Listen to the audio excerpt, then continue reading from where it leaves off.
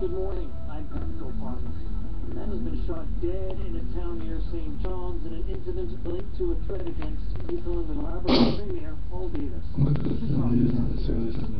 appears that it was Don Dempsey's Twitter feed that brought the police to his Mitchellsburg home on Easter Sunday afternoon. In a message sent to the Premier and a cabinet minister 3 days ago, Dempsey tweeted, quote, "Two prick-dead NHAs might have good family members I may hurt." So at 2:30 in the afternoon, a member of the Premier's security detail arrived at Dempsey's home to investigate the threat. Sources say that within minutes of the officer's arrival, Dempsey pointed a shotgun or a rifle at the officer, who pulled his own weapon and shot and killed Dempsey. Neighbors say they heard multiple gunshots, but it is not clear yet if Dempsey ever fired his weapon. A spokesperson for Premier Paul Davis says the Premier won't comment, as this is an active police investigation. David Cochran, CBC News, St. John. The coroner's inquest into the death of a child begins in Regina today. 6-year-old Lee Bonneau was in the care of social services when he died from blunt force trauma to the head in 2013. The suspected killer is a 10-year-old boy, too young to be criminally prosecuted. Bonnie Allen reports.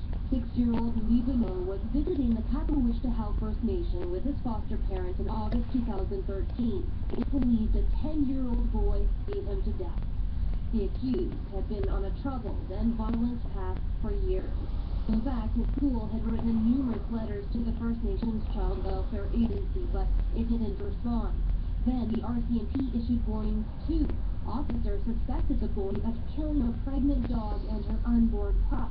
Again, child welfare workers did nothing. The boy was living with his mother. Later, his father was convicted of assaulting him. In total, it took 4.5 years and 9 different complaints before a social worker finally spoke to the accused. Any help came too late. This inquest will delve into how so many warning signs were missed, the tragic outcome, and how it might be prevented in the future. Bonnie Allen, CBC News, Regina.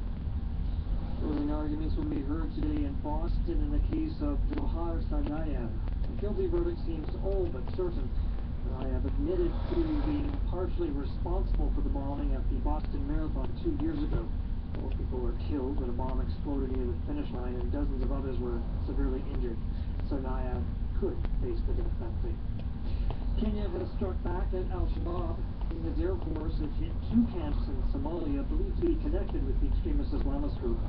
The military spokesman says they've been completely destroyed, but there's no word on anybody being killed. Last week, gunmen from Al-Shabaab stormed a university in Garissa, Kenya, killing 148 people. President Uhuru Kenyatta warned he would strike back in the severest way possible.